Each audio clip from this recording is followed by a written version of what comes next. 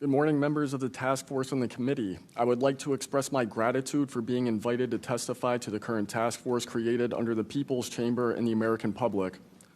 As an American citizen, veteran, and intelligence community professional, it is an honor and a privilege to serve under oath before you on behalf of our country.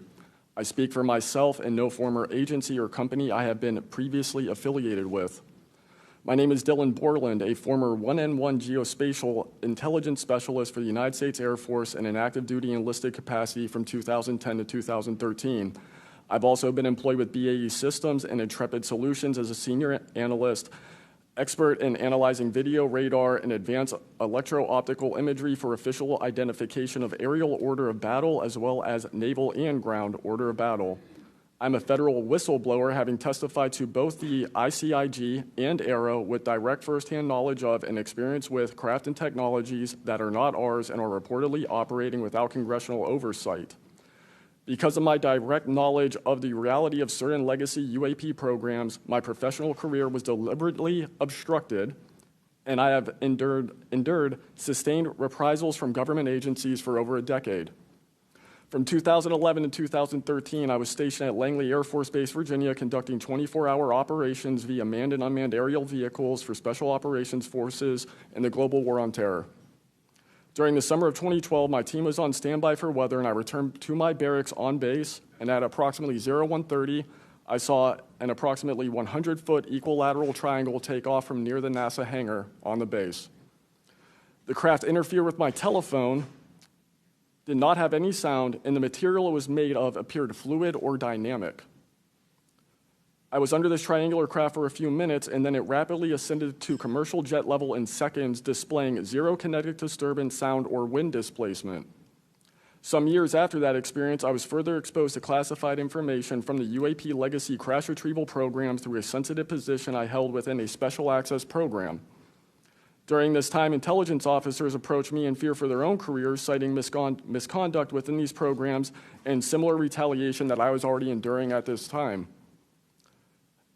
These issues include medical malpractice committed by Veterans Affairs staff, denial of work I performed while enlisted in the United States Air Force, forged and manipulated employment documents, workplace harassment, including colleagues being directed to not speak with me, manipulation of my security clearance by certain agencies, blocking, delaying, and ultimately removing my ability to be employed within the IC. The retaliation I face and the retaliation against individuals I know who worked in these programs is what convinced me in March 2023 to become a whistleblower. I came forward out of concern for people's lives and to ensure I did everything I could to let our elected representatives know the truth about what is really happening in the executive branch. At the end of March 2023, I agreed to meet with AARO following the suggestion of other federal officials believing it was what our nation required of me.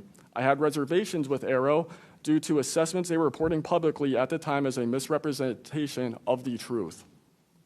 Because of these concerns, I did not share sources and methods information in order to protect current and former federal personnel who had firsthand exposure to technologies of unknown origin. I did not want anyone to face further retaliation beyond what they had already endured. And unfortunately, a staff member ended up getting in some trouble because of that. After David Grush testified under oath in the summer of 2023 and provided historic disclosure, I was then asked to go to the ICIG and did so in August 2023. It was very clear early on during my intake interview, which was video recorded under oath, that the objective was to solely assess how much I know and not move forward with an investigation with new information I provided them. The aftermath of that IG complaint still troubles me to this day. Since my ICIG complaint, I've been prevented from resuming prior employment and can confirm I'm still blacklisted from certain agencies within the intelligence community. In addition, multiple agencies attempted phishing attacks to assess what I had divulged to the Inspector General, including being asked to disclose details of my ICIG complaint during a CI polygraph for a position unrelated to UFO UAP matters as recently as November 2024. As I sit before you today, I and many other whistleblowers have no job prospects, no foreseeable professional future, and a nation every single one of us came forward to defend. Numerous individuals have come forward in various ways to reveal the truth of the UAP reality as patriots and defenders of our nation. Yet many feel discarded, isolated, hopeless, separated from the country they serve. Efforts to rectify this situation for all whistleblowers have been difficult and troubling, and to my fellow whistleblowers and officials who know this information, I offer you my apology, something that I have never gotten, and I'm giving it to you. I swore an oath to the Constitution of the United States, an oath that demands truth and transparency for our democratic republic to function. Each day, these truths remain hidden from our citizens. Humanity drifts further from the principles our nation was founded to uphold. Each day, victims of crimes committed by agencies and companies maintaining this secrecy are denied justice as another day our Constitution is shredded.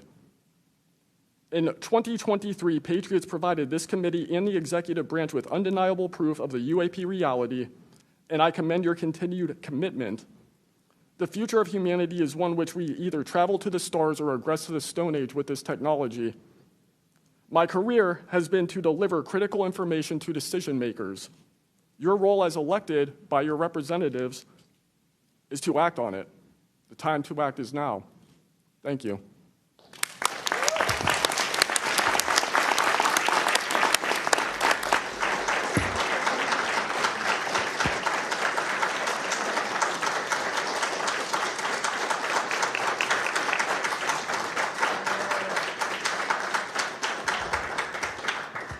Mr. Borland, thank you for your service to our country, and we appreciate you. And we are sorry about how you've been treated, and we will make sure that we try to rectify that situation.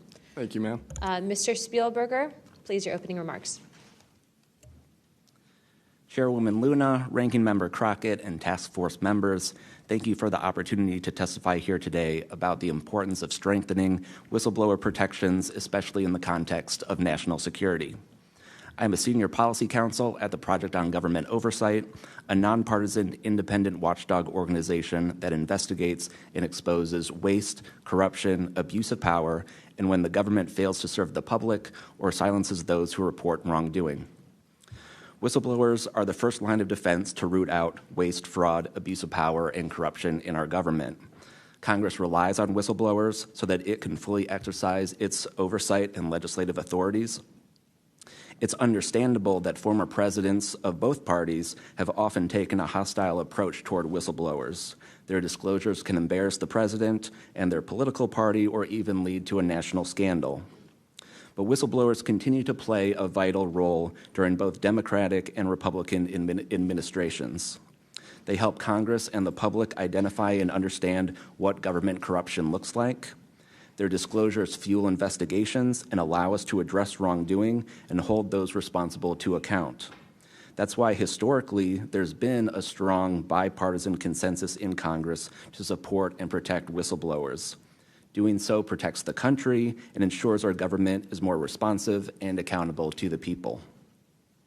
National security whistleblowing in particular is a tradition going back to the founding of our country, and over time, national security whistleblowers and their disclosures have impacted some of the most fundamental issues and questions about how we wish to be governed and how our government can better serve its people.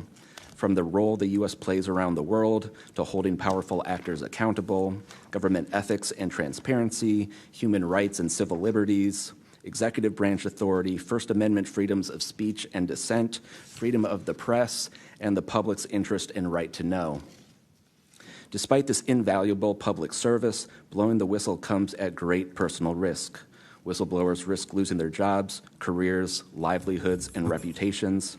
They can face retaliatory investigations, lawsuits, and even serious criminal charges. And they can endure deep mental, emotional, and psychological harm. All of that risk to speak the truth, to ensure that agencies fulfill their core missions, and that they serve the best interests of the people. Those who retaliate against whistleblowers don't just violate their legal rights, they inflict real harm on our government and betray the public's trust. Targeting whistleblowers instead of the corruption they expose wastes agency resources and further allows that corruption to continue unaddressed. It can instill a chilling effect across an agency, fostering a climate of fear and distrust, quieting dissent and free speech, and deterring potential whistleblowers from coming forward in the future. Whistleblowers are often some of the most dedicated and principled public servants we have because of their willingness to put themselves on the line to do what's right. and Congress has historically supported them, again, on a bipartisan basis. But unfortunately, whistleblowing has increasingly become more politicized, with support for whistleblowers often hinging on which party is in power and which party is politically inconvenienced by the misconduct being exposed. But to be clear, targeting whistleblowers individually risks undermining whistleblowing, period. POGO advises members of Congress on both sides of the aisle to focus on the evidence, not the individual. We will always need whistleblowers to achieve the government that best serves its people, because when people of conscience, integrity, and good character refuse to speak up out of fear, complacency, or self-preservation and leave corruption to fester behind closed doors, that is probably the most dangerous risk of all. If we are serious about increasing government transparency and restoring the public's trust, we need public servants committed to the truth. Whistleblowers need safe and effective channels to make lawful disclosures. They need stronger protections against retaliation, and when they do face retaliation, they need a fair shot to be made whole. Congress has made strides to pass whistleblower legislation, and these laws need to be updated and expanded so that whistleblowers truly receive the protections they need, retaliators are held accountable, and we can achieve the type of government the people deserve. We strongly urge Congress to continue its historic tradition of championing the rights and protections of all whistleblowers. Thank you again for the opportunity to testify here this morning. POGO is committed to working with you and the Oversight Committee to address these critical issues. I look forward to any questions. Thank you, sir, very much. Additionally, without objection, the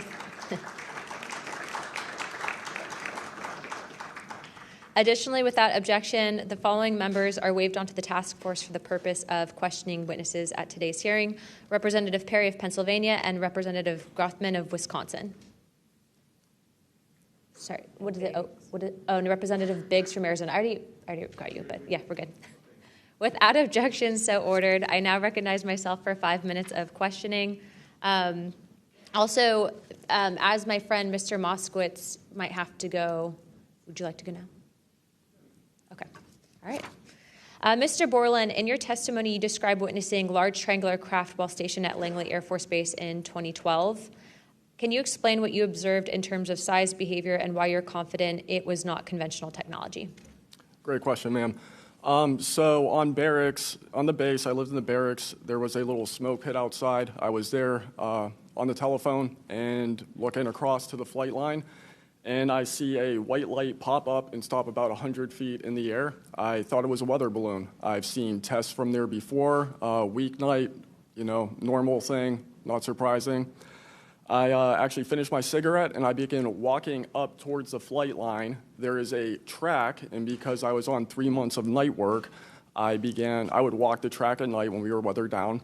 And as I began walking towards the flight line and the track, the light then flies across the base, across the flight line, and as it flies to me, a triangle manifests around the light. I can't tell you if it's active camouflage. I can't tell you if it appeared around the light, but I can tell you that it was a white light, and then it was a triangle. It stopped about 100 feet in front of me and approximately 100 feet above me. My telephone got extremely hot, completely froze, dead. I remember how thick it was. It was between 1 to 2 stories thick, equilateral triangle. I could never see the top of it, and the edges were 90 degrees. There were 4 lights in total, 1 light on each corner and a larger light in the center, 2 to 3 times the size of the corner lights. But what was really odd was the outside. The best way to describe it is like looking at a James Webb telescope picture where you have the colors and then the black background. So the craft itself was this black metallic flake paint, but on top of the craft was this gold lava, plasma, some type of fluid going over and around the craft. I'm under this for about 2 to 3 minutes, and then the center light flashes 2 to 3 times, no sound, immediately shoots up to commercial jet level minimum, in my opinion, and I immediately feel static electricity all over my body, and then I smell the smell of after a thunderstorm or lightning storm, that really strong summer thunderstorm smell.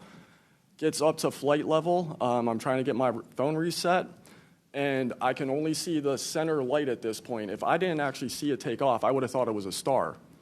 And then it hovers up there, and it begins to slowly move due east out over the Atlantic Ocean. I finally got my phone reset. The entire thing was about, from the time I saw the light pop up near the hangar until it took off out over the ocean, was about 15 minutes.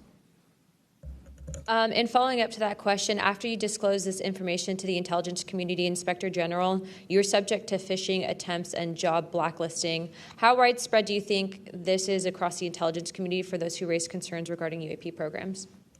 It's a difficult question to answer. I think prior to David Grush and people beginning this process of bringing people into awareness of the reality of these programs and certain things people have witnessed, probably extremely widespread.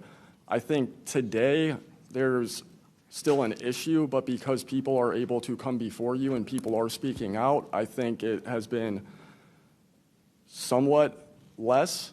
I would hope, though, that people would, because if this goes back into closed doors, this is going to get really ugly. What type of behavior have you witnessed from former Aero Director Sean Kilpatrick as well as his staff in relate to this information you provided to them? Did they ever try to classify this information as non-human technology?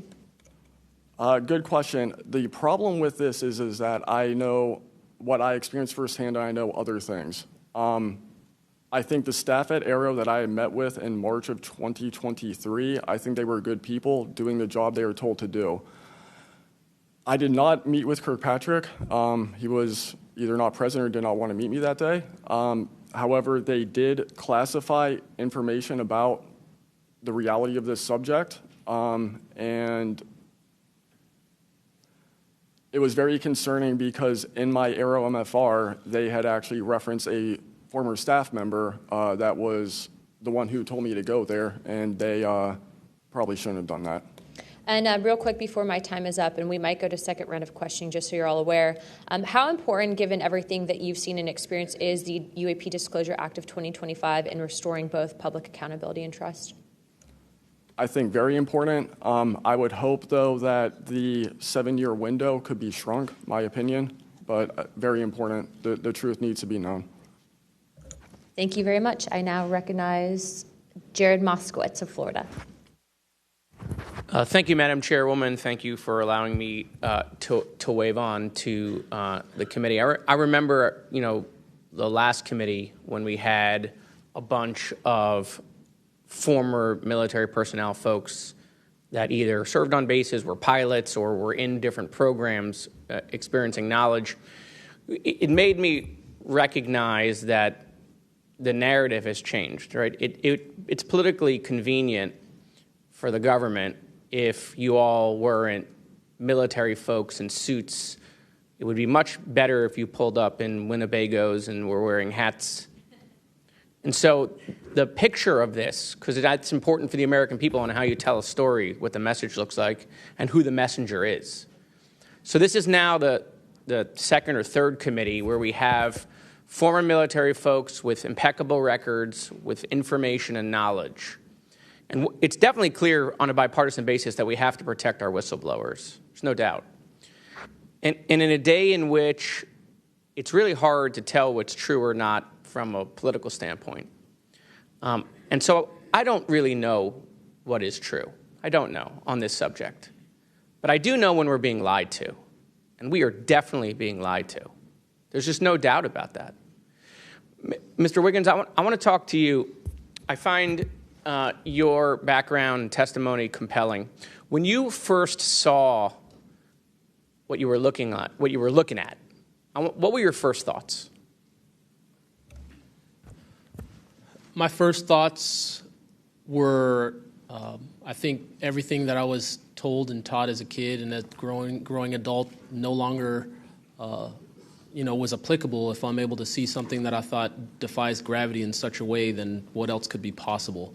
That was my first thought. So did you think what you were looking at was a weapons program that you were unaware of, or did you think what you were looking at was obviously some extraterrestrial piece of technology? Neither one of those crossed my mind. It was just... How about now? What do you think it is now? I'm not the expert. I think I want to be as skeptical as everyone else and just hope to know the information. Anyone in the U.S. government tell you what you were looking at to try to dissuade you from what you thought it was? No.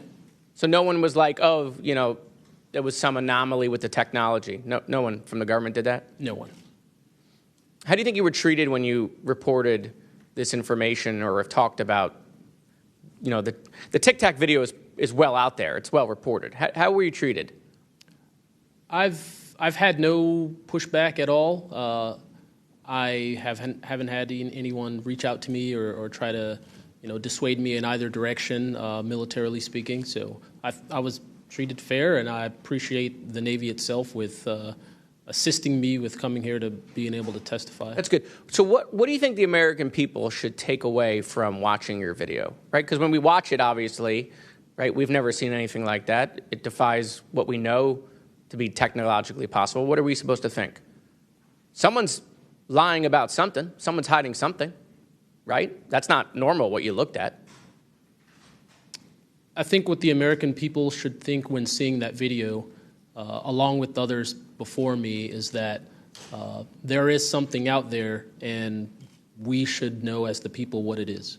Right, and so let's eliminate possibilities. So they didn't come to you and say there was a technological error with what you were looking at. So we put that aside, right? They didn't say it was broken. So we look at that and we see something. So it's either a weapons program being reverse engineered by our governments or other governments, or it's nobody's government, and it's not from here. Those are it. You agree with that assessment? I agree. One or the other. Mr. Borland, when you first experienced what you were looking at, what did you do next? Like, what was your next step after it had passed and you were done? I actually kind of laughed to myself and said, okay, so this exists as well. Worked in enough programs, been exposed to enough that I was like, okay, so this is a real thing. I went back, walked the track, talked with a couple of my friends about it. I did talk with some of my coworkers, one in particular, which I thought was a joke, and it definitely wasn't, was like, you probably should never say this to anybody. And then what happened to me happened, so. What about you, Mr. How do you pronounce your last name? Nusatelli. Nusatelli. And sorry, I know I'm running out of time, Madam Chairwoman. So obviously your incident happened well before we could record things on cell phones and things of that nature, right? What did you do when you first experienced? Because what you saw, right, you saw it happen like right out of your base. Correct. So tell me what you did after you saw that. What was like your next move? And I want to hear what your experience was. My next move, I went into my house after it left. I made sure no one had been abducted, and I picked up the landline. I called the Security Forces Command Center. I reported it. I requested that they give me a call back and make notifications up the chain of command. I got a call back in about 15 minutes. They reported that the weather station reported no balloons or aircraft, nothing on radar, no aircraft inbound or outbound. So I got that notification. And then within the following day or two, me and the other witnesses wrote statements. We prepared a report, and then we filed all that information. Madam Chairman, thank you for your indulgence in my questioning, and thank you for continuing to lead on this subject. What do you and your friends think about it today? You all have talked about it. Yeah. I mean, so what do you think about your experience as a collective group? That'll be my last question, Madam Chairwoman. I mean, we've been talking about this for 20 years. We don't know what we saw. What we saw changed our lives in the way we think about everything. It was incredibly profound. The object I saw, I don't even know if it was an object. It was a light. It was an orb. It didn't look like a craft, but it did look solid. And that's what we talk about. We noticed the object, and this was a pattern across all the encounters. Someone would see a light. They would pay attention to the light. And then the object responds. It performs for you.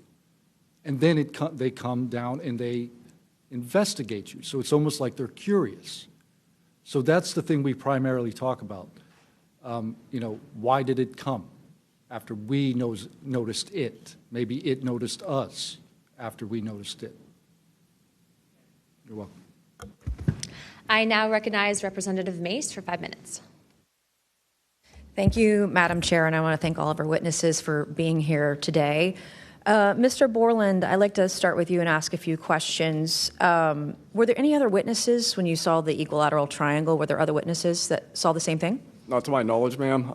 At that point, the only people that would be awake is those of us that were doing operations for the GWAT and then security forces. So not to my knowledge. And do you think that, in your opinion, that the equilateral triangle was the U.S. government's technology? I did once upon a time, but knowing what I know now, I'll have to answer that question in a skiff probably. Well, my next question is, you teased us, so knowing what you know now means what? I know enough to know that if you want an answer to that question, go to Arrow. They have the answer. Do you think it was a foreign government? I do not, no. And Arrow was supposed to be disclosing. The last time I was in a skiff with Arrow, they said they were going to be doing disclosures. Had they been doing much of that? I don't have an answer to you Yeah. you. I don't know. I know what Arrow reports publicly, and I know what I've been through. Yeah.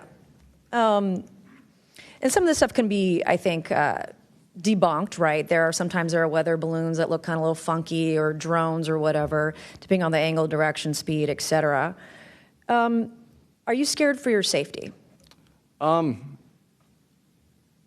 a complicated question. So being here today, if I say the wrong word, technically I can be charged with espionage. Espionage is a death penalty. Whistleblowers have faced it. John Kiriakou, for example. I am not scared for my physical safety in the sense of an agency or company coming to kill me, but I have no job. My career has been tarnished. You know, I'm unemployed, living off of unemployment for the next 3-4 weeks until that's gone. So it's a complicated question. Have there been stories leaked about your life to try to discredit you in the public eye? As of now, I don't know. We know they did that to Mr. Grush. I am aware. Yes, ma'am. They leaked his private medical information, horrific things. It is. Okay, you said in your testimony earlier with the chairwoman, you know other things. I guess that has to be mentioned in a skiff. It would. The other things. It would, pending I'm even legally allowed to speak on, and the people in the room are even legally allowed to hear it. And is that, would we need to know the compartmentalized word, like what the code word is, or the name of the program, the special access program, in order to even hear it? You have to know the word, right? I would suggest the name of it, right? I would suggest that to be asked to DNI Gabbard and work with her for that, because I can't give you the answer on what is the requirement. But this is what the U.S. government does, right? They compartmentalize the information. Only certain people know the name of the program, and if you don't know it, you can't get the information. If you don't have the name, you don't know what to ask for. Even when we're reviewing the budget, we go into a skiff, we look at DOD budget and the budget of like black box programs, and we don't know what we're looking at because we don't know what these programs are. Is it a way for the government to hide from Congress what's really going on and where the money's going? In my opinion, absolutely, yes. You mentioned, too, in your testimony earlier that, quote, you went to speak with the government and they said somebody's name, a colleague's name, and you said they shouldn't have mentioned that staff person's name. What does that mean?